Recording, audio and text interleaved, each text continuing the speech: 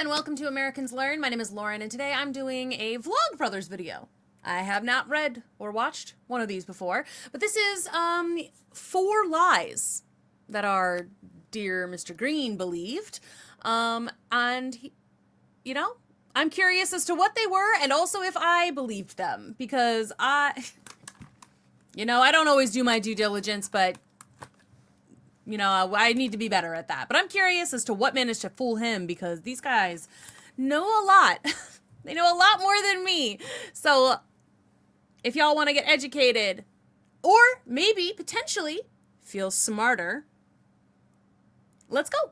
Good morning, John. A couple of months ago, I embarked on a project. I decided to start keeping track of every time that I believed something outright, and then later discovered that the thing that I believed was either not quite right or like really totally wrong. And today, just opposite. It's not embarrassing, but because I feel like it's useful, I'm going to go through 4 of those things. Let's start with the one that I believed that was most incorrect. It's this graph showing the cost of rent and household income. And I saw it on TikTok in an animation with a fun song showing how rent and income had dramatically diverged since the 1990s. This aligns with my understanding of how things have gone, and though I was shocked to see how much they had diverged, I did not question it. Turns out, however, that this sentence at the bottom here is incorrect. In this graph, income was adjusted for inflation, but rent was not. Oh, sneaky. The majority of the reason that they diverged. Now, I can really only speculate on how this graph got created. My guess is that it was a mistake. Like, they made the graph, it was a mistake, and it went super viral because it showed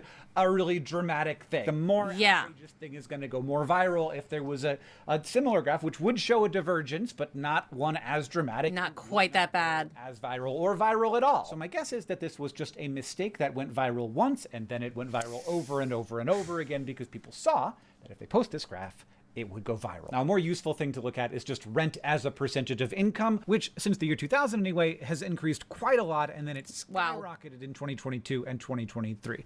Which is I know why they did it too. It's because during freaking COVID times, like a lot of places either weren't getting as much money as they'd hoped because they were being kind during COVID. And being like, well, okay, you don't have you don't have money because you don't have your job right now, or your job's not paying you as much because of COVID. So they kind of kept rents the same, or they lowered them. And then once people went back into the workplace, they're like, oh, time to skyrocket them again. Now we're gonna go up by $150. It's like. So it's not like there's nothing here. And this also, of course, varies a lot depending on what part of the country you're in. And it is useful to note that the places where it has gone up the most are the places with the largest homeless populations. We hear a lot about how homelessness is a problem of this or that or this or that. It is a problem of a lack of homes. When there are more people than there are homes, the cost of housing goes up a lot, and the people who have the least end up without a home. Homelessness is a problem of a lack of homes. Please advocate for the construction of new homes in your community. Thing number 2. But also homes that you let people live in, because honestly, we have so many freaking skyrises being built, no one can afford them. So it's like, there are places for people to live, but no one's allowed to live there because they can't afford it. There was a fairly large Twitter storm one day because Jane Goodall advocated for reducing the global population to 500 million people. I accepted this because I know a lot of old school environmentalist types who advocate loudly for population reduction. And I did not like it. Now, I agree that the Earth cannot handle an infinite number of humans, but we see that population growth goes down when people are in more equitable societies that have more resources for them. So we should focus on that. Whereas the active tense of reducing populations is, for me, a red flag. People should be granted their own destinies, not paternalistically controlled by well-meaning outsiders. It feels like Thanos-y, to be like, reduce the population. But population goes down when there's more equitable distribution of resources? I would have thought that it's down now because no one can afford to have a baby. So millennials aren't having children because they can't afford it. And also they're not buying houses because they can't afford it, and et cetera, et cetera. But okay, I've already learned some stuff. I looked up the tweet that I saw, and it said that she said, we can solve all of the world's problems if we reduce the world population to where it was 500 years ago. Thing is, She never said this. I actually ended up Googling this a couple of months afterward because someone said something nice about Jane Goodall, and I was like, yeah, except for that thing that she said. But it turns out I was fine with having the information put in my head, but when I put it in someone else's head, I felt a little weird about it, so I went to check just Okay, at least you checked eventually. Of what she actually said. We cannot hide away from human population growth because, you know, it underlies so many of the other problems. All these things we talk about wouldn't be a problem if there was the size of population that there was 500 years ago. And here's Okay, so yeah, that is different. Just said before that. If we can't do something to improve the lives of these people, we have no hope of even trying to save the chimpanzees. It just won't work. And so it was in 1994 that the Jane Goodall Institute began its program, Take Care, or Tokari as it's known, in the 12 villages around the small Gombe National Park. Not a bunch of arrogant white people going into a poor African village and telling them what we were going to do, but a very small hand-picked group of 8 local Tanzanians going into the villages and asking them what they thought we could do to help them. And like, these are just that is nice. things that a person heard and took an implication from and then attributed the implication to Jane Goodall when she did not say it. Yeah, even originally what she said was, if our population in the world was what it was, we wouldn't be having the problem. She wasn't saying we need to, she didn't say we need to like get rid of people. She didn't say we need to have population control. She said if we were there, if the population was the same as it had been, we wouldn't be having problems, which I feel like does make sense. Whether she meant to imply it is entirely subjective. From my read, she did not. Number 3. Mine too. Jon Stewart is a guy who I trust a lot. And here is a clip of Jon Stewart talking about taxes in America. We got to be the most taxed people in the world. What do we got there? Really? 8% is the average tax burden? And I watched this and I was like, wow, that is much lower than I thought it would be. But I'm watching a thing that aligns with my perspectives from a guy who I trust. And I just moved on. And then I came across a TikTok from a guy who was like, this is not right. And I watched it, and indeed it is not. And I should have known this, because like I know that the average tax burden in the US is 25%. I've read that a bunch of times. But it turns out there's some fine print on this. This is the average tax burden for a one-earner married couple with 2 children. And if that sounds really specific to you, that's because that's really specific. I also would just talk about sales taxes and property taxes and gas taxes, but those... And also, I feel like not common anymore. That's not a common demographic these days. Almost I feel like very few people anymore, like families anymore, are a one-income household. Like, that's such a specific demographic. That would have been a lot more common in like the 50s. Those numbers are not included in this 8%. This is just the federal income tax for the average married couple with 1 earner and 2 children, which is not most families in America. But also, specifically, this was that household during the pandemic when the government was giving many families money. And that counted as their tax money coming back to them, so their effective rate was lower. Which is a little weird, because like an 8% tax rate is so low that anyone above the US poverty line knows that they pay way more than 8% in taxes. They see it come out of their paychecks every month. Yeah. It seems weird to try to get that stat to slip under the radar. Especially because as a percentage of GDP, our tax burden globally is low. Like, you don't have to make anything up about it. All right, last one. I mean, it does, like, that does feel correct just because of, like, I mean, a lot of, you know, we don't have universal health care. We don't have access to a lot of social programs. There's a lot of things that in other countries the people are taxed on that we just don't have. So like it makes sense that our taxes are lower, but at the same time, like I feel like that number would be higher if billionaires paid more taxes. You know, like if they if they paid more, those things would be higher. And I don't know. I don't exactly know for sure. That is just a gut feeling to something I know very little about. So like, don't quote me on that, but it's probably true.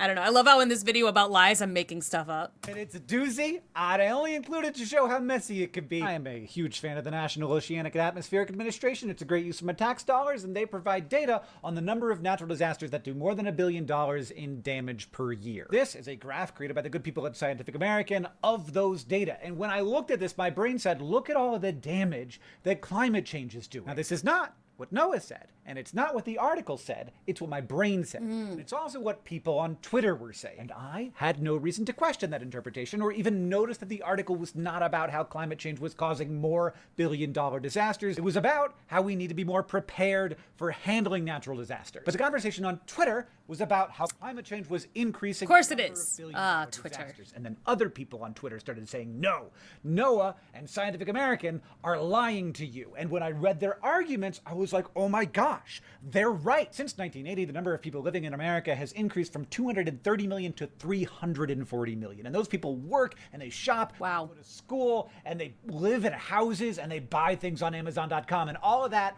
requires buildings. Noah's numbers adjust for inflation, but they do not adjust for the fact that more than half of the buildings in the US were built after 1980. This graph is that is a crazy reflection of the total value of buildings in America than it is of climate disaster. Oh my god, it feels like the same sort of statistic then as like head injuries from like motorcycle accidents or whatever went up when people started wearing helmets, but it was because more people started wearing helmets, so fewer of them were dying, so they would get injured, you know, or like the injuries from car accidents went up after seatbelts kept being installed, but that was because more people were surviving the car accident, not because seatbelts caused the car accident. And it's so bad and annoying that NOAA and Scientific American, two extremely reputable institutions, would misrepresent these data. But they didn't do They that. didn't. Misrepresented the data as showing something it didn't say. And then people attributed that misrepresentation to NOAA and Scientific American. And John, I'm going to be honest with you. I didn't realize that until I was making this video. I had to come back and reshoot this part, and I had gotten a haircut in the meantime. So yes, I can tell. It's very, it's not as curly. It's shorter. That my brain told me by looking at a graph that didn't say what I thought it said, that the sole reason the graph was increasing was climate change. That's part of the reason why. It's not all of the reason why. And then I believed a lie that Twitter users told me, that it was... Never believe anything Twitter users say. That is actually, like, definitely if you read it on Twitter or X or Shitter or whatever we're calling it, always double check that, because people on Twitter, on any side of any political spectrum, it does not matter. Half of them are trolls. Like, half of them are trying to rage bait. So many people are just trying to get content and, like, engagement. If it's on Twitter or TikTok or YouTube, do your own research on it. Like, in general, reading comprehension in the world, I feel like, has gone down so much. Don't trust everything you read. Don't trust everything you hear. Think about it critically, and then do your own research. And that's my soapbox for the day. By my own brain or by other people on Twitter. The lie was told to me no by the government and by Scientific American. And then I was like, maybe disasters aren't even increasing. But they are, especially heavy rainfall events and heat waves. John, I don't love That's this. true, too. All four of these things are examples of misinformation from the more progressive. Except the Jane Goodall thing, which, having examined it more closely, was indeed manufactured by people on the right. I just didn't notice it when I saw the original tweet. Okay. Side. This is a sampling bias because this video is about wrong things that I believed, and I'm going to be less skeptical of stuff that aligns with my worldview. I'm a little bit uncomfortable doing this because I think people could misconstrue it, but I'm dealing with that because I think that very few people watching this video think that misinformation is a bigger problem on the left than on the right, not least because data clearly show it as a bigger problem on the right. Final note, I'm really kind of happy with how this came together because these are examples of varying fakeness of varying kinds. There's a wrong graph, there's cherry-picked data, there's a misattributed quote, and a fact that doesn't say exactly what it sounds like it says. I've heard the internet referred to as a challenging information landscape. And like, yeah, I mean, A little bit. I feel like I'm pretty good at this, and I fail at it all the time. I will run to go fact check. His hair's something different that again. I disagree with, and I will not do that with stuff that aligns with my previous conception of the world. That's just going to be a bias that we all have to deal with and live with and work through. And yes, sometimes I feel like, what does it matter if like somebody's saying a graph is saying something that it isn't actually saying, or that this graph is making people sort of active and excited and enthusiastic about making the kinds of change I want to see in my country, even if it's not right. What does it matter? And I think a lot I think it of people matters. think that way. And I think a lot of people who disagree with me on a lot of topics definitely think that way. But for who I am and where I sit and what I do, I have to attempt to have a very strong alliance to the truth. And the incentives of like the social internet's content recommendation systems make that hard for all of us. And I don't know what to do about that, except to try very hard to have an alliance to the truth. And also to, in a year that is going to be bad, to touch as much grass as I possibly can. John, Do that. Touch I'll grass. see you on Tuesday. Come Okay. on. Hey, stop. Okay. So yeah, no, I agree with him on a lot of that stuff. Make sure you're touching grass. But like when it comes to things like the graphs and stuff, like always like, and people don't do this as much anymore, I don't think, but like look at the source of that graph, like see who's the one posting it, not only who is spreading it, but where did the original source come from? Also, so many times people try to be like look at the axes, like figure out like what are those numbers actually saying? Is it in thousands? Is it in singles? Is it like, what are they actually saying? Because a lot of the times people will create a graph and it is technically accurate, but it is meant to be misleading. So, you just have to be actually looking at it. You can't just look at the pretty colors and be like, oh my God, it says the thing. It might not say what you think it's saying. Like, check out the actual scale of it. That's important. So much of like that. Just checking out the actual source of information is important. And I feel like people don't do that as much anymore. They just accept whatever's being told to them at face value, especially if like he said, it's coming from a source that you agree with and you believe in.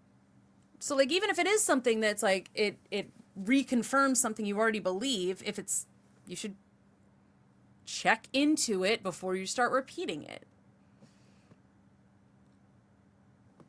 And it's things like today too, like people will be like, this video of blah, blah, blah. It's like, that one, the main thing you have to ask about any video you see basically ever, especially like candid shots of like someone being like horrible or whatever, like always ask why the video is being shot. Like ask them when, like it depends on when they started filming. Because if it starts in the middle, it feels a little bit more realistic or like less staged. But if you are getting, I don't know, there's so many videos out there that are just like, wait, the video is trying to say something, but why was it being filmed in the first place before they knew something was going to happen? So just trying to think about it.